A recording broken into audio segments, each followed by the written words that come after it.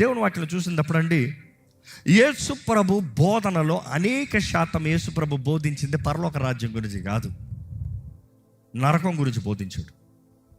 In fact ఆయన మాట్లాడిన మాటలన్నీ తీస్తే 1850 వర్సెస్ న్యూ టెస్ట్మెంట్లో యేసు ప్రభు మాట్లాడిన మాటల్లో 13% 240 వర్డ్స్ అవుట్ ఆఫ్ దెమ్ నరకం గురించి, నిత్యాగ్ని గురించి ఆయన మాట్లాడాడు. అంటే నరకం ఎంత సత్యమో, దాంట్లోకి వెళ్ళేవాడు ఎంత భయంకరంగా ఉంటాడో ఆయన ఉపమానాల రీతిగా నేరుగా ఎంతగానో స్పష్టంగా చెప్తూ వచ్చాడు. ఈరోజు ఇక్కడ ఉన్న వారికి నరకం గురించిన గ్రహింపు ఎంత ఉంది? ఎప్పుడైనా ప్రకటన గ్రంథం చదివారా? ప్రకటన గ్రంథం ఎప్పుడన్నా ఒకసారైనా చదివినవారు అంటే చేతులు ఎత్తుతారా అండి? ఇది సంఘపు పరిస్థితి, దుఃఖకరం. ప్రకటన గ్రంథం ఈరోజు సంఘం అధికంగా చదవవలసిన గ్రంథం. ప్రకటన గ్రంథంలో జరిగింది మాత్రం కాదు, జరుగుతున్నది మాత్రం కాదు, జరగబోయేవి తెలియజేయబడింది. అక్కడ రాయబడిన అంతము ఎవరు మార్చలేరు, అది దేవుడు నిర్ణయించినది. ఆ అంతం ఎరిగి ఉన్నావా నీకు మంచిది, లేదా అజ్ఞానం అన్న పాపంలోనే పోతావు. నాకు తెలియదే, నాకు ఎవరు చెప్పలేదే, నాకు తెలియజేయలేదే. అసలు యేసు ప్రభు కూడా ఈ లోకంలో ఉన్నప్పుడు ఆయన మాట్లాడుతూ వస్తాడు, నిత్య అగ్ని. What is that eternal fire? ప్రకటన గ్రంథంలో చూసినప్పుడు 20వ అధ్యాయంలో చూసినప్పుడు ధవల సింహాసనంని మనం చూస్తాము. ఆ సింహాసనం దగ్గరకు వచ్చిన ప్రతి ఒక్కరు లెక్కప్ప చెప్పాలంట. దేహంతో జరిగించిన ప్రతి కార్యానికి, అది మంచిదవనే చెడ్డదవనే లెక్కప్ప చెప్పాలంట. ఎవరి పేర్లైతే జీవ గ్రంథంలో రాయబడలేదో వారందరూ అగ్ని గంధకములతో మండి గుండములో పడవేయబడతారు. అది రెండవ మరణం అనేది స్పష్టంగా రాయబడింది. అది రెండవ మరణం. ఏంటి రెండవ మరణం? ఒక వ్యక్తి నిజంగా ఈ భూమి పైన 2 సార్లు జన్మిస్తే ఒకసారి మరణిస్తాడంట. ఒక మనిషి ఈ భూమి పైన ఒక్కసారి మాత్రం జన్మిస్తే 2 సార్లు మరణిస్తాడంట. అర్థమైంది ఈక్వేషను? ఈ భూమి పైన 2 సార్లు జన్మించిన వాడు అంటే శరీరంగా జన్మించిన వాడు, ఇంకొకసారి నీటి ద్వారంగా ఆత్మ ద్వారంగా తిరిగి జన్మించిన వాడు, రక్షింపబడినవాడు ఒక్కసారే మరణిస్తాడంట. అంటే ఈ లోకాన్ని విడిచిపోతాం. ఈ ఆత్మ శరీరంకి సపరేషన్. కానీ ఈ భూమి పైన కేవలం ఒకసారి మాత్రం జన్మించి విచ్చలవిడి జీవితంతో ఇష్టమనుసారంగా నేనే దేవుణ్ణి అన్నట్టుగా స్వార్థంతో బ్రతికిన వాడు 2 సార్లు మరణిస్తాడంట. ఈ లోకాన్ని విడిచిపోతాం. దాని తర్వాత నిత్య మరణం. అపవాది వాడు అనుచరులకి సిద్ధపరిచిన స్థలం. చాలామంది అడుగుతారు, ప్రేమించే దేవుడి గురించి మీరు బోధిస్తారు, ప్రేమించే దేవుడు ఎలాగో ఒక మానవుని తీసుకెళ్ళి అగ్ని ఆరని పురుగు చావని నిత్య మరణంలో ఎలాగ వేధిస్తాడండి? ప్రేమించే దేవుడు ఎలాగ ఎలాంటి కార్యాలు జరిగిస్తాడండి? ప్రేమించే దేవుడికి మనసు లేదా, హృదయం లేదా, జాలి లేదా? ఇదే ప్రేమ అని అడుగుతారు. జాగ్రత్త.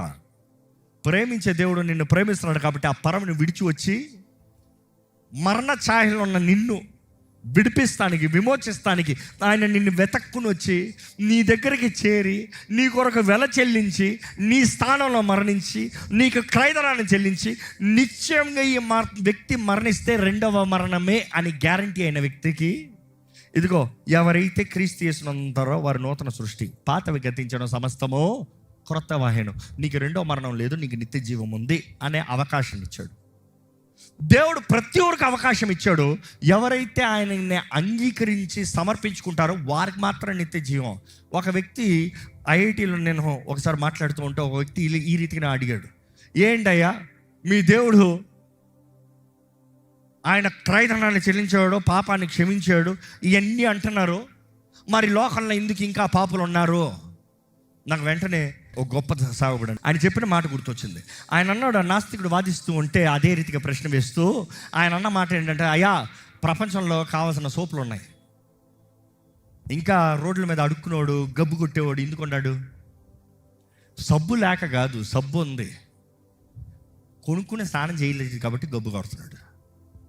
గబ్బు కొడుతున్నావు అంటే పోయి సబ్బు రాసుకుని స్నానం చేసుకో, శుభ్రం అవుతావు. ఈరోజు దేవుడు కూడా నీకు క్షమాపణ సిద్ధపరిచి, విమోచన సిద్ధపరిచి, నూతన జీవితాన్ని సిద్ధపరిచి ఆయన రాజ్యంలో ఉండే స్థానాన్ని ఇచ్చాడు. నీకు కావాలి. ఎందుకంటే బైబిల్ మొత్తంలో చూస్తే దేవుడు మనకు స్వతంత్రత ఇచ్చాడండి. జీవం, మరణం, ఆశీర్వాదం, శాపం, ఏది కావాలో కోరుకున్నా బిడ్డ. దేవుడు ఎవరిని మార్చడు. నువ్వు మారాలి మన వాళ్ళు వాదిస్తారు చూడండి, మతం మార్చేస్తున్నాడు. ఎవడు మార్చలేడు. ఎవడన్నా మార్చగలడా? డబ్బులు ఇస్తే మారుతాడా? బుద్ధులు మారుతాయా? అబ్బా, అట్లయితే భర్తలు భార్యలు మార్చేయలేరా? భార్యలు భర్తలు మార్చేయలేరా? డబ్బు మార్చదంటే నాటకం ఇస్తుంది. హృదయాలు మారాలంటే నీ హృదయం నువ్వు నీ స్థితిని గ్రహించి దేవుని చేతులకు సమర్పించుకుని ఆయన పాదాలు పట్టుకుని ఆయన ఆత్మ సహాయాన్ని వేడుకుంటేనే కానీ నీ బ్రతుకు మారదు. ఎందరైతే దేవుని ఆత్మ ద్వారా నడిపించబడతారో వారందరూ దేవుని బిడ్డలను పిలబడతారంట, దేవుని కుమారులను పిలబడతారంట. ఈరోజు ఎవరైతే నడిపించబడగలుగుతున్నారో, నడిపించబడతామనేది there is a discipline, self discipline. పాపానికి నో. ఈ మాట జాగ్రత్తగా వినండి. ఈ పాప లోకంలో మనం ఉన్నంత వరకు పాప బీజం ఈ లోకాన్ని వెళ్తూనే ఉంటుంది. ఎవరైతే రక్షించబడుతున్నారో, పాపం నుండి ప్రత్యేకించబడిన వారిని, లోకం నుండి ప్రత్యేకించబడిన వారిని, దేవునికి అంగీకారంగా చేరిన వారిని, క్షమించబడిన వారిని, మన గతం కొట్టివేయబడింది. గతానికి మన మీద అధికారం లేదు, ఎందుకంటే ఆయన రక్తం దూరంగా క్రయధనం చెల్లించబడింది. కానీ లోకం నిన్ను వెళ్తూనే ఉంటుంది. కానీ నీలో ప్రత్యేకత ఉండాలి, కాన్సక్రేషన్ ఉండాలి. నేను దినాన్ని చెప్పిన రీతిగా ఈరోజు ఇక్కడ ఉన్న మిమ్మల్ని వేడుకుంటాను, మనము నిజంగా ఏర్పరచబడిన వారిగా బ్రతుకుతున్నామా? ఎందుకంటే ఏర్పరచబడిన వారిగా, క్రీస్తు కొరకు సిద్ధపరచబడిన సంఘంగా మనం ఉండాలి. ఆయన రాకడ సమీపంగా ఉంది, వచ్చేటప్పుడు ఎత్తబడే వారిగా మనం ఉండాలి. ఇంకా ఆయన రాకడ అనేటప్పుడు చూసినప్పుడు ఆయన రాకతోనే పాపపు అధికారము, పాపం అనేది సంపూర్ణంగా కొట్టివేయబడుతుంది. బైబిల్ చూసినప్పుడు కొన్ని వచనాలు మీకు వెంటనే చూపిస్తానండి. బైబిల్ చూసినప్పుడు అది అగ్ని ఆరని పురుగు చావని స్థలంగా తెలియజేయబడుతుంది. అది అగ్ని గంధకములతో మండే గుండము. ఎప్పుడన్నా ఒక మాట మీకు చూపిస్తున్నాను. నరకంలో ఆ రెండవ మరణంలో ఎక్కడైతే అపవాది వాడు అనుచరులు పడవేయబడే స్థలం ఉందో, ఎక్కడైతే సైతాను, అబద్ధ ప్రవక్త, ఆ మృగము పడవేయబడుతున్నారో ఆ స్థలం ఎలాగుందంటే అగ్నితో మండే గుండము అనేటప్పుడు it is a burning sulphur అని రాయబడింది ప్రకటన గ్రంథంలో. Burning sulphur. ఒకసారి ఈ బర్నింగ్ సల్ఫర్ ఎక్కడైనా హిస్టరీలో కనబడుతుందా అంటే, సల్ఫర్ అనేది మామూలుగా ల్యాబ్లో కనబడుతుంది, కానీ వెరీ సెన్సిటివ్ ఆబ్జెక్టు. కానీ ఈరోజు కూడా సొదోమో గుమోరోకి వెళ్ళారు అనుకో, ఉంది తెలుసా ఆ ప్రాంతం బైబిల్ ఉన్నది. ఈరోజు కూడా ఆ ప్రాంతానికి వెళ్ళారనుకో, ఆ స్మెల్, సల్ఫర్ స్మెల్ కనబడుతుంది. ఈరోజు కూడా చూస్తే ఆ ప్రాంతం, ఆ కొండ మొత్తము అగ్ని గంధకములతో ఒక హై టెంపరేచర్, అంటే సల్ఫర్ని లిక్విడ్ స్టేట్లోకి చేసి ఆ నీరులాగా దాన్ని వేస్తే ఆ వేడికి కాలి మరిగి ఆరత ఎట్లా ఉందో అట్లా ఉంది ఆ ప్రాంతం అంతా. ఈరోజు కూడా ఒక మొక్క అలా తీయాలంటే ఒక బాల్ని అలా తీసుకొచ్చి దాన్ని తీసి వేసి కొంచెం రుద్దామంట అనుకుంటుంది. ఈరోజు కూడా ఇఫ్ యు సీ సల్ఫర్ ఎంత వేడికి అది కాలుతుందంటే 248 డిగ్రీ సెల్సియస్కి అది కాలుతుందంట. అంతవరకు కాలదంట. 248 డిగ్రీలు, 40 డిగ్రీలు వస్తేనే మనుషుడు తట్టుకోలేకపోతున్నాడు, వేడిరా అంటున్నాడు. 248 డిగ్రీలకి అది మెల్ట్ అవుతుంది స్టార్ట్ అవుతుందంట. 482 డిగ్రీలకి అది ఎర్రగా మారుతుందంట. ఇంకా 832 డిగ్రీలకి అది నీరులాగా మారుతుందంట. అనుకుంటున్నాండి, 842 డిగ్రీలు నీ మీద పడితే మనుషుడు ఉంటావా? సైన్స్ తెలియజేస్తాను, నువ్వు నీరులాగా మారిపోతావంట, కరిగిపోతావంట. కానీ ఆ రెండవ మరణం గురించి చెప్పాలంటే, ఆ నరకం గురించి చెప్పాలంటే, అగ్ని ఆరని పురుగు చావని స్థలము.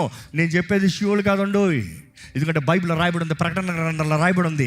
ఆ ధవల సింహాసనం దగ్గరికి వచ్చేటప్పటికి పాతాళము, వారిలో ఉన్న వారిని అందరిని అప్పచెప్తారంట, ఈ భూమి అంతా అప్పచెప్తారంట. తర్వాత చూస్తే ఈ పాతాళం, ఈ నరకం అంతా ఎక్కడ పోతుంది, మరణం ఎక్కడ పోతుందంట, అగ్ని గుండంలోకి పడవేయబడుతుందంట. చివరికి నాశనం అయిపోతుందంట. నువ్వు అదే మరణం అనుకుంటే అది కాదు, అసలైంది రెండవ మరణం. ఇది రెండవ మరణం అని రాయబడి ఉంది. ఎవరి పేర్లైతే జీవ గ్రంథంలో రాయబడలేదో వారందరూ నిశ్చయముగా అగ్ని ఆరని పురుగు చావని స్థలంలో మరణిస్తారు. బైబిల్ చూసినప్పుడు నూతన నిబంధనలో 54 సార్లు నరకం అని రాయబడి ఉంది. ప్రకటన గ్రంథంలో మాత్రం అగ్నిగుండము లేకపోతే లేక్ ఆఫ్ ఫైర్ అన్న మాట రాయబడి ఉంది. పాత నిబంధన నుండి రాయబడి ఉంటుంది మనుషుడు వేధించబడే స్థలము. ఈరోజు మిమ్మల్ని అడుగుతున్నానండి, మీ నిశ్చయత ఏంటి? నేను ఇప్పుడు మరణిస్తే ఎక్కడికి వెళ్తా? మీకు నిశ్చయత ఉందా? ఎంతమంది ఇక్కడ ఉన్నవారు ధైర్యంగా చెప్పగలుగుతారు, నేను ఇప్పుడు ఇక్కడ కళ్ళు మోస్తే నేను నెక్స్ట్ సెకండ్ పరదేశంలో దేవునితో పాటు ఉంటా. ఎంతమంది చెప్పగలుగుతారు? చూసి దేవుడు మనం ఇలా బ్రతకాలని ఆశపడతలే. దయచేసి జాగ్రత్త వినండి. నీ నీతి కాదు, నువ్వేదో గొప్పవాడివి, చెడ్డవాడివి, లేకపోతే మంచుడు, ఇది కాదు. నిజంగా నువ్వు యేసుని అంగీకరించి నీ పాపాలు ఒప్పుకొని ఆయన ఆత్మ ద్వారా నింపబడి నడిపించబడితే, ఆయన ఆత్మ సహాయాన్ని నీవు వేడుకోగలిగితే, దేవుని వాక్యం తెలియజేస్తుంది, క్రీస్తు యేసునందున్న వారికి ఏ శిక్షా విధి లేదు. ఆత్మ నియమము చొప్పున పాప మరణ నియమాలను ఏం చేస్తామంట? జయిస్తాము. క్రీస్తు యేసునందున్న వారికి ఏ శిక్షా విధి లేదన్న మాటతో ఆపేస్తాం. ఎందుకంటే దాని ముందు చూస్తే 7వ అధ్యాయం చూస్తే, నేను ఏది చేయాలనుకుంటున్నానో చేయలేకపోతున్నాను, ఏది చేయకూడదు అదే చేస్తున్నాను. ఇటువంటి దౌర్భాగ్య ఈ స్థితి నుండి, ఈ దేహం నుండి ఎవరు నన్ను రక్షిస్తారు? ఎవరు నన్ను రక్షిస్తారన్నప్పుడు దాని కంటిన్యూషన్ రాస్తున్నాడు. అయ్యా, క్రీస్తు యేసునందున్న వారికి ఏ శిక్షా విధి లేదు. ఈ దేహంని నువ్వు ఎలా జయిస్తావు? ఆత్మ నియమము చొప్పున పాప మరణ నియమాలని జయిస్తాం. పరిశుద్ధాత్ముడు సహాయం కావాలి, పరిశుద్ధాత్ముడు సహాయం కావాలి. నేను ఉదాహరణ చెప్తూ వచ్చాను, ఎంతోమంది సిలువు దగ్గరకు వచ్చి ఆగిపోతున్నారు. ఒక క్రైస్తవుని జీవితం సిలువు దగ్గర ప్రారంభమవుతుంది. సిలువన శరణం అని పాడి వెళ్ళిపోతాం మాత్రం కాదు, ఆ సిలువ శక్తిని ధరించుకుని ముందుకు పోరాడతాం. ఈరోజు మనం జ్ఞాపకం చేసుకోవాలండి, నీవు నిజంగా నీ పాపాలు యేసు దగ్గర ఒప్పుకొని ఆయనతో సమాధాన పడి, నువ్వు ఎవరికి విరోధంగా పాపం చేసావు క్షమాపణ పొంది, నీ జీవితంలో ఆత్మ ఫలము నీవు ఫలిస్తే, పరిశుద్ధాత్మ ద్వారానే ఫలిస్తావు ఆత్మ ఫలం. ఏంటి ఆత్మ ఫలం? ఏమనగా ప్రేమ, సంతోషం, సమాధానం, దయాలత్వం, దీనత్వం, ఆశా నిగ్రహం, సాత్వికం, విశ్వాసం, మంచితనం. ఇది ఆత్మఫలం అంట. ఇది ఆత్మ ద్వారా నీలో ఉంటుంది. నీలో నీ అంతటా నీకు ప్రేమ ఉండదు. మనుషుడు బుద్ధి చూడండి, అందరూ అడుగుతారు నన్ను ప్రేమించు అంటారు. ఎవడిని ఓరక ప్రేమించలేడు. పరిశుద్ధాత్ముడు లేకపోతే ఎవరిని ప్రేమించలేడు. అలా ప్రేమించాడా స్వార్థం కొరకే, లేకపోతే ఇచ్చప్పు ప్రేమే. అగాపే ప్రేమ నీలో ఉండాలంటే అది ఆత్మ ద్వారంగానే. ఈరోజు మీకు దేవుడిస్తున్న పిలుపండి, నాతో ఉండాలని ఆశపడుతున్నావా? మీ జవాబు ఏంటి? యేసుతో ఉండాలని ఆశపడుతున్నారా?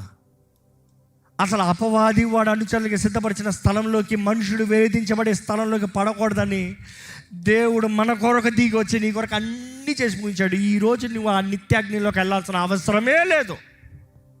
యేసు ప్రభువు అంటాడు, నేనే మార్గము, జీవము, సత్యమై ఉన్నాను, నా ద్వారా తప్ప ఎవరో తండ్రి దగ్గర చేరలేరు. ఈరోజు ఇదే బాధ. ఎంతోమంది ప్రార్థనలు కేవలం యేసయ్యనే ఉంటుంది. తండ్రితో మాట్లాడావా? తండ్రి ఎవరు తెలుసా? యేసు ప్రభు ఈ లోకంలో నీ దగ్గరకు వచ్చింది కారణం ఏంటంటే నువ్వు తండ్రి దగ్గర చేరాలని. ఎందరైతే యేసు రక్తంలో కడగబడుతున్నారో, కుమారుడు రక్తంలో కడగబడుతున్నారో, వారు దేవుని బిడ్డలుగా మార్చబడుతున్నారు, తండ్రి బిడ్డలుగా మార్చబడుతున్నారు. క్రీస్తుతో పాటు నిన్ను హెచ్చిస్తానికి తండ్రి సిద్ధంగా ఉన్నాడు. నిన్ను ప్రేమించి నీ కొరకు వెల చెల్లించి ఆయన ప్రియ కుమారుని నీ కొరకు బలిచ్చి నిన్ను ఆయన సొత్తుగా జీవింపజేయాలని తండ్రి ఆశపడుతున్నాడు. ఈరోజు ఎంతోమంది పరిశుద్ధాత్మను నమ్మట్లే. పరిశుద్ధాత్మను అంటే ఏదో వచ్చిపోయే ఫీలింగ్ అనుకుంటున్నారు. ఆయన వ్యక్తిత్వం కలిగిన దేవుడు అంట. ఇంకో వాటిలో చెప్పాలంటే, వాక్యం చూసినప్పుడు ఆయనకి చిత్తం ఉందంట. దేవుని వాక్యం ఉంటుంది, ఆత్మ తన చిత్త ప్రకారము మనకు వరములను ఇస్తాడంట. అంటే నీకు వరములను ఇచ్చేది తండ్రి కాదు, కుమారుడు కాదు. నీకు తండ్రి పరిశుద్ధాత్మని వాగ్దానం చేశాడు, కుమారుడు నిన్ను పరిశుద్ధాత్మతో బాప్తిజం ఇస్తాడు. నీకు పరిశుద్ధాత్ముడు తన చిత్త ప్రకారం నీకు వరములను ఇస్తాడు. నువ్వు ముగ్గురితో స్నేహం కలిగి ఉండాలి. తండ్రితో సహవాసం ఉందా? కుమారుతో సహవాసం ఉందా? పరిశుద్ధాత్మతో సహవాసం ఉందా? దేవుని వాక్యం చూసినప్పుడు పరిశుద్ధాత్మని దుఃఖపరచొద్దు, ఆత్మని బాధపట్టద్దు. అంటే ఆయనకి ఏముంది? ఎమోషన్ ఉంది. Is not just an object, he's a person. ఆయనకి వ్యక్తిత్వం ఉంది, ఆయనకి ఎమోషన్ ఉంది, ఆయనకి చిత్తం ఉంది. He's got an intellect, he's got an emotion. ఆయన బాధపరచొద్దు. ఇన్ఫాక్ట్ బైబిల్ తెలియజేయబడుతుంది, తండ్రికి విరోధంగా మాట్లాడిన క్షమాపణ ఉంది, కుమారుడికి విరోధంగా మాట్లాడిన పాపం చేసిన క్షమాపణ ఉంది. పరిశుద్ధాత్మకు విరోధంగా క్షమాపణ లేదు. కారణం ఏంటి? ఎందుకంటే ఒక వ్యక్తిని ఒప్పింపజేసేది, ఒక వ్యక్తి నేను పాపి అని చెప్తామే పరిశుద్ధాత్మ కార్యం కదా. ఒక వ్యక్తిని ఒప్పింపజేసేదే పరిశుద్ధాత్ముడు. ఆ పరిశుద్ధాత్మనే దూషిస్తే ఇంకెవరు నిన్ను ఒప్పింపజేస్తారు? ఈరోజు మనం చచ్చిన స్థితిలోకి పోతున్నామండి. దేవుడు ఆశపడతలేదు, దేవుడు బాధపడుతున్నాడు. ఈరోజు ఈ కాకినాడ ప్రాంతాన్ని చూస్తే నిజంగా దేవుడు సంతోషపడుతున్నాడా? ఇంతమంది నువ్వు మరణిస్తే దేవుడి దగ్గరికి వెళ్తావా అంటే చాలా కొద్దిమంది చేతులు, అందులో చేతులు ఎత్తారు. ఎత్తిన వాళ్ళందరూ వెళ్తారంటారా? పరీక్ష ఉంది కదా, స్క్రీనింగ్. దేవుడు నిజంగా సంతోషపడతాడంటారా?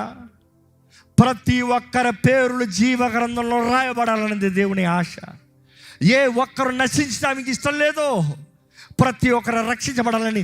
నీ స్థానంలో ఆయన మౌనిగా నిలిచి, నీ శిక్ష అంతా భరించి, ఆయన ముఖం మీద ఉమివేయబడి, ఆయన గడ్డం పేకబడి, ఆయన ముఖం అంతా గుద్దబడి, తల నుండి నడినెత్తి నుండి అరిపాదం వరకు రక్తముగా మారి, రక్తపాతముతో ఆయన శరీరంలో ఉన్న, దేహంలో ఉన్న రక్తమంతా కార్చబడి, స్వరూపమైనను సొగసైనను లేనివాడిగా మార్చబడి, నీ కొరకు 10,000 అతి సుందరుడు, ఏ ఒక్కరు గుర్తించలేని వ్యక్తిగా మార్చబడి, నీ కొరకు నగ్నంగా శిలువ మీద వేలాడు. ఎందుకంటే నువ్వు రక్షించబడాలని. ఈరోజు దేవుడు వాక్యం చూసినప్పుడు అండి, ఈ లోకము త్వరలో నాశనం అవుతుంది, పంచభూతములో మహావేంద్రంతో లయమైపోతుంది. దేవుడు వాక్యంలో స్పష్టంగా రాయబడి ఉంది, దేవుడు నూతన భూమి, నూతన ఆకాశాన్ని చేస్తాడంట. ఈ భూమిపైన నువ్వు ఎంత సంపాదిస్తానంటే, నువ్వు చెప్పుకోవచ్చు, నాకు ఇన్ని ఎకరాలు ఆస్తి ఉంది, ఇంత పెద్ద ఇల్లు ఉంది, నాకు ఇంత ఉంది, ఇన్ని కార్లు ఉన్నాయి. ఎక్కడ పోతాయి? ఏమైపోతాయి ఆయన వస్తే? కానీ ఆ రాజ్యంలో ఏమైనా ఉందా? ఆ రాజ్యంలో ఇప్పుడు చేర్చి పెట్టుకొచ్చా? ఓ నిశ్చయంగా, ఓ తప్పకుండా అవకాశం ఉంది. జ్ఞానం కలిగిన ఎవరైనా సరే నిరంతరం ఏది ఉంటుందో దాని కొరకు ఖర్చు పెడతారు. ఈరోజు అజ్ఞానంలో ఉన్న తరము చూసినప్పుడు, ఈ మధ్య సైకాలజిస్ట్ చెప్తూ ఉంటారు, ఈ బుద్ధిహీనత తరము, మనీ, ఫినాన్షియల్ వాల్యూ లేని తరము అప్పుల్లోకి దేశాలు వెళ్ళిపోతానికి కారణాలు ఏంటంటే, తాత్కాలిక సుఖానికి, తాత్కాలిక తిండిపోతుతనానికి, తిండికి, బట్టకి, ఎలక్ట్రానిక్స్కి మనుషుడు ఖర్చు పెట్టేస్తాడంట. నీ చేతిలో ఉన్న ఫోన్ ఎంత? కనీసం యావరేజ్ చూస్తే ఒక పట్టణంలో, మెట్రోపాలిటన్ సిటీలో చూసినప్పుడు ₹1,00,000 అంటాడు, 50,000 అంటారు. అవసరమా? అదే 50,000కి బంగారం కొనిపెట్టు, అబ్బా ఎప్పుడుగో పెరుగుతాయి. ఎవరికి కావాలి? నాకు ఇప్పుడు అనుభవిస్తానికి కావాలి. ఎప్పుడుగా ఏదవుతాయి నాకేంటి, నాకు ఇప్పుడు అనుభవిస్తానికి కావాలి. ఎప్పుడో చచ్చిన తర్వాత పోతానంట పరలోక రాజ్యం, ఇప్పుడు నేను అనుభవించాలి. ధనవంతుడు అన్నాడంట బైబిల్లో. యేసుప్రభు చెప్తాడు కదా, యేసుప్రభు అంటాడు, ఓ ధనవంతుడు అనుకుంటాడంట, తనతో తాను మాట్లాడుకుంటాడంట, ఏమని? నా ప్రాణమా తినుము, త్రాగము, సుఖించు. ఇందుకు లాభం వచ్చిందంట. కొంచెం లాభం వచ్చిన వెంటనే నీకు కావాల్సినంత ఉంది, ఎంజాయ్. దేవుడు ఏమంటున్నాడు ఆ ధనవంతుడితో, ఓ ఈ వెర్రివాడా, ఈ రాత్రి నీ ఆత్మని నీ దగ్గర నుండి తెస్తా, నీకు కలిగినంత ఎవరి అవుతాయి? You see, we are just being with temporary achievements. No. క్రీస్తు నందు నీవేమై ఉన్నావో అదండి ముఖ్యం. ఈరోజు మిమ్మల్ని ప్రభునామంలో వేడుకుంటున్నాను, ఒక నిర్ణయం చేసుకోండి. మీరు అడగచ్చు, మరి బోధకుడా ఏం చేయాలి? నా పేరు జీవగ్రంథంలో రాయబడాలంటే ఏం చేయాలి? నమ్మి బాప్తిజం పొందు, రక్షణ అనుగ్రహించబడుతుంది. ఇంక మాటలు చెప్పాలంటే, యేసు ప్రభు నీ స్థానంలో మరణించాడని నమ్ము, నీ పాపాలు ఒప్పుకో. నీ పాపాలు ఒప్పుకో. ఇక్కడ ఉన్నవారు చాలామంది రక్షించబడిన వారే, కాబట్టి మీకు కొంచెం ట్విస్ట్. రక్షించబడిన నీవు, నీకు అనుగ్రహించబడిన రక్షణ జాగ్రత్తగా కొనసాగించు. తప్పు చేసావా? దేవుని దగ్గర పోయి, ప్రభా నేను పాపం చేశానయ్యా, నేను తప్పు చేశాను ప్రభా, నా బ్రతుకుని మార్చు ప్రభా, నేను చూసింది తప్పు, నేను చేసింది తప్పు, నేను మాట్లాడేది తప్పు, నేను బ్రతికే విధానం తప్పు, నాకు అర్థమవుతుంది ప్రభా, నేను బ్రతికేది నీకు ఇష్టం లేనిది, నీకు ఇష్టం కానిది. మీరు అనొచ్చు, నాకు శక్తి లేదు, నాకు మార్చుకోలేవు. నీ అంతటా నువ్వు మార్చుకోలేవు, నీకు పరిశుద్ధాత్ముడు కావాలి. అడగండి, నీ పరిశుద్ధాత్మ శక్తిని నాకు దయచేయి. దేవుని వాక్యం తెలియజేస్తుంది, అడిగిన ప్రతి ఒక్కరికి ధారాళంగా ఇస్తాడంట పరిశుద్ధాత్మని. తండ్రి ఆశపడుతున్నాడంట, అడిగిన ప్రతి ఒక్కరికి ధారాళంగా ఇస్తాడని కుమారుడు చెప్పాడు. నువ్వు అడిగితే ఇస్తాడు. పరిశుద్ధాత్మ నీలోకి వచ్చినప్పుడు నువ్వు వినాలి ఆయన స్వరం. ఆయన నిన్ను ఫోర్స్ చేయడు. ఎందరైతే ఆయన ఆత్మ ద్వారా నడిపించబడతారో వారు దేవుని కుమారుడు. దానికి మించిన ధన్యత ఏంటంటే, అంచెదనంలో దేవుడు అన్నాడు, నా ఆత్మను అందరి మీద కుమ్మరిస్తాను, అందరి మీద కుమ్మరిస్తాను. ఎక్కడ నోరు తెరిచి అడగండి, దేవా నీ ఆత్మను నా మీద కుమ్మరించావా? గట్టిగా అడగండి, దేవా నీ ఆత్మను నా మీద కుమ్మరించావా? ఇంకా గట్టిగా అడగండి, దేవా నీ ఆత్మను నా మీద కుమ్మరించావా? దేవా, ఎవరైతే అడుగుతున్నారో వారి మీద నీ పరిశుద్ధాత్మని కుమ్మరించమని వేడుకుంటున్నాను ప్రభా. నీ ఆత్మ కార్యాలు జరగాలని వేడుకుంటున్నాను ప్రభా. ఆత్మతో సత్యముతో నిన్ను ఆరాధించే వారికి రోషం కలిగిన వారు లేకాలని వేడుకుంటున్నాను ప్రభా. చీకటి బంధకాల నుండి విడుదల కలుగునుగా అక్కడ ప్రకటిస్తున్నాను దేవా. మనోనేత్రాలను తెరువు ప్రభా. దయచేసి ప్రార్థనలోకి వెళ్తామండి. తలను ఉంచుదాము, ప్రార్థన చేద్దాము. ఒక నిర్ణయం మీరు చేయండి. జీవం, మరణం, ఆశీర్వాదం, శాపం ఏది కావాలో కోరుకోండి. The choice is yours. ఎంతమంది చెప్పగలుగుతారు, ప్రభా నాకు నువ్వు కావాలయ్యా, నాకు నువ్వు కావాలేసయ్యా, నా జీవితంలో నువ్వు కావాలి ప్రభా, నువ్వు లేకపోతే నేను బ్రతకలేను ప్రభా, నా జీవితంలో నీ ప్రేమ కావాలి, నీ క్షమాపణ కావాలి, నీ జాలి కావాలి, నీ కరుణ కావాలి, నీ శక్తి కావాలి, నీ ఆదరణ కావాలి ప్రభా.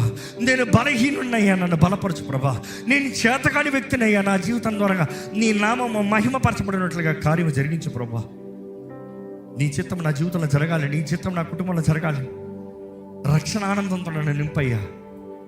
నీ కొరకు రోషంగా జీవించే వ్యక్తిగా నన్ను చేయి ప్రభా. నీ సమాధానంతో నన్ను జీవింపజేయ్యా. నీ సొత్తుగా నన్ను జీవింపజేయ్యా. నీ నెమ్మదితో నన్ను జీవింపజేయ్యా. మరణ భయం నుండి నాకు విడుదల దయచే ప్రభా.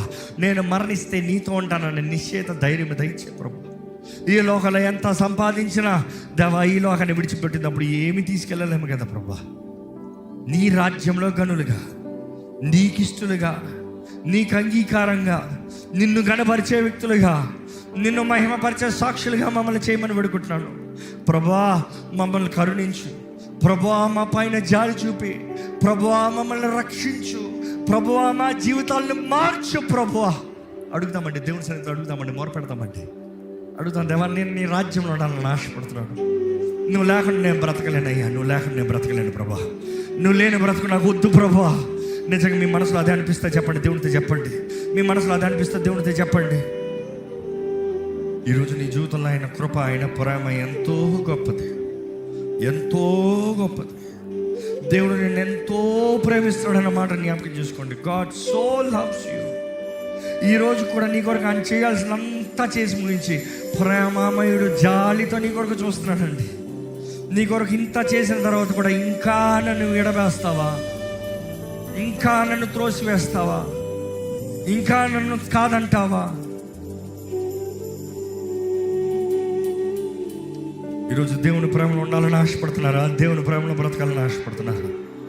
దేవుని చిత్తాన్ని జరిగిస్తానికి ఆశపడుతున్నారా? దేవుని వాగ్దానాల్లో జీవించాలని ఆశపడుతున్నారా? మీరు నిర్ణయించండి. The choice is yours. The choice is yours. ఈరోజు ఎవరైతే ఆయన నమ్ముతున్నారో, ఎవరైతే విశ్వసిస్తున్నారో, ఎవరైతే ఆయన పాదాల దగ్గరికి వస్తున్నారో, ఎవరైతే ఆయన సొంత రక్షకు అంగీకరించే దేవా నేను నీ దగ్గరకు వస్తున్నానయ్యా, నిజంగా మీరు ఉన్న పాటున వస్తే చాలు, మీరు ఉన్న పాటున వస్తే చాలు.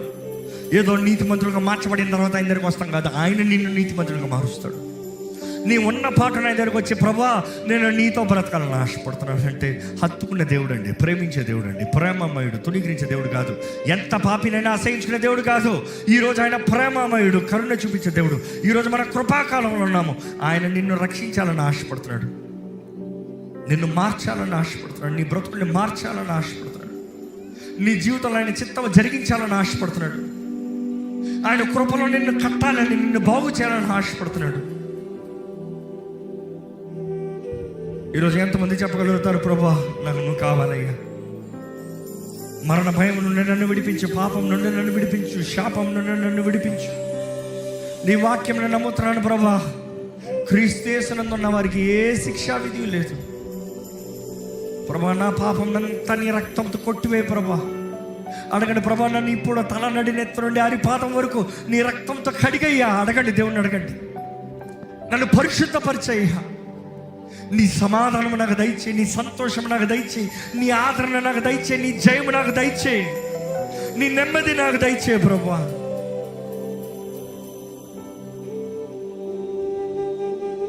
దేవుని సన్నిధిలో ఒక నిర్ణయం చేయండి. ఇదిగోనయ్యా, ఈరోజు నీవు సిలువలో చేసిన కార్యాన్ని బట్టి మాకు జీవం ఉంది, మాకు ధైర్యం ఉంది. మేము నిత్య జీవ వారసులను నమ్ముచున్నాము ప్రభు. మాకు సమాధానం ఉందయ్యా. ఈరోజు ప్రభా నీ సమాధానాన్ని కోరుతున్న ప్రతి ఒక్కరు హృదయాన్ని నీవే నింపమని వేడుకుంటానయ్యా. ఇంకా నేను ఎరుగక నశించిపోతున్న వారిని చూడు. ఇంకా నీతో నిబంధన చేసినట్టు దిగజారిపిన స్థితిలో వెళ్ళిన వారిని చూడు. మా శక్తి చాలదు నాన్న, మా శక్తి చాలదు ప్రభువా. నీ ఆత్మ కావాలి మాకు, నీ ఆత్మ తోడు కావాలి మాకు. నీ ఆత్మను ఆహ్వానిస్తున్న ప్రతి ఒక్కరిని చూడయ్యా. ఇక్కడ ఉన్నవారు మీరు అడగండి, మీకు పరిశుద్ధాత్ముడు కావాలంటే అడగండి. నాకు పరిశుద్ధాత్మ సహాయం కావాలి, నాకు పరిశుద్ధాత్ముడు కావాలి. దేవుడు నాలో ఉండాలి, దేవుడు నాతో ఉండాలి, దేవుడు నన్ను నడిపించాలి, నాకు దేవుడు కావాలి. ధైర్యంగా అడగండి. దేవా అడుగుతున్న ప్రతి ఒక్కరిని నింపు ప్రభా, నింపు ప్రభా. అడిగిన వారికి ధారాళంగా ఇస్తానన్న ప్రభా ఇవ్వయ్యా. నీ ఆత్మ నియమము చెప్పిన మేము బ్రతుకుతే పాప మరణ నియమాల్ని జయిస్తాము కదా ప్రభా. దేవా ఇక్కడ ఎవరు కట్టబడిన జీవితాలు ఇక్కడ ఉండడానికి వీల్లేదు, బంధించబడిన జీవితాలు ఇక్కడ ఉండడానికి వీల్లేదు, చీకటిలో ఏలబడుతున్న జీవితాలు ఇక్కడ ఉండకూడదు ప్రభువా. నీ సన్నిధిలో విడుదల ఉందన్న మాట ఎత్తిపెడుతున్నాము ప్రభా. నీ సన్నిధిలో అపవాది కార్యాలు లయపరచబడతాయని ప్రకటిస్తున్నాము ప్రభా. చీకటి కార్యాలు, అపవాది కార్యాలు ఇప్పుడే ఇక్కడ ఎవరినన్నా ఏలుతూ ఉండే ఏ రీతైన అపవాది ప్రభావం అయినా సరే, ఎటు విధమైన చీకటి కార్యాలైనా సరే, ఇప్పుడే నజరేయుడైన యేసు నామములో అపవాది కార్యములు లయపరచబడును గాక ప్రకటిస్తున్నాను.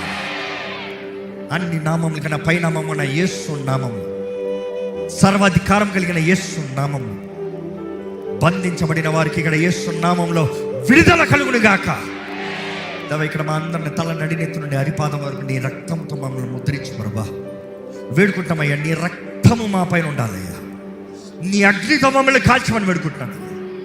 చెత్తని కాల్చయ్యా, నీకు కానిది కాల్చివే ప్రభా. అగ్నిలోకి అందరూ వెళ్ళొచ్చేమో కానీ అగ్నిలో నుండి అందరూ బయటికి రాలేరు కదా ప్రభా. దేవా మమ్మల్ని అగ్నిలో నువ్వు తీసుకెళ్తా, మమ్మల్ని సువర్ణము వలె చేస్తానన్నావు ప్రభా. సువర్ణము వల్లే మమ్మల్ని బయటికి తీసుకొస్తానన్నావయ్యా. పరిశుద్ధ బంగారంగా మమ్మల్ని బయటికి తీసుకొస్తానన్నావయ్యా. అగ్నితో మమ్మల్ని కాల్చేయ్యా. అందరి చుట్టూ నీ కంచెవి, నీ దూతలు కావలచ్చు. సమాధానం, స్వతంత్రత, నెమ్మది, దీవెన దయచి, మరణ భయం నుండి విడుదల దయచి, శక్తి కలిగిన జీవితాలను దయచి, ఈరోజు ఈ ఆవరణలో అడుగుపెట్టిన ప్రతి జీవితాలని బలపరిచి, నిర్ణయాలు చేసుకున్న ప్రతి ఒక్కరిని నీ ఆత్మతో ముద్రించి, జీవ గ్రంథంలో ఎవరెవరైతే వారి పాపాలు ఒప్పుకుని యేసును సొంత రక్షణగా అంగీకరించారో వారి పేర్లు జీవ గ్రంథంలో రాయబడ్డాయి అన్న విశ్వాసముతో, ఈ లోకాన్ని విడిచిపెడితే నీతో ఉంటామనే ధైర్యముతో, ఈ లోకం నుండి నీతో స్నేహంతో నీ రాజ్యం చేరినప్పుడు నిరంతరం ఆనందముతో నీలో జీవించే కృపను మాకు అనుగ్రహించమని నజరేయుడైన యేసు నామములో అడిగి వేడుచున్నాము తండ్రి. ఆమేన్, ఆమేన్.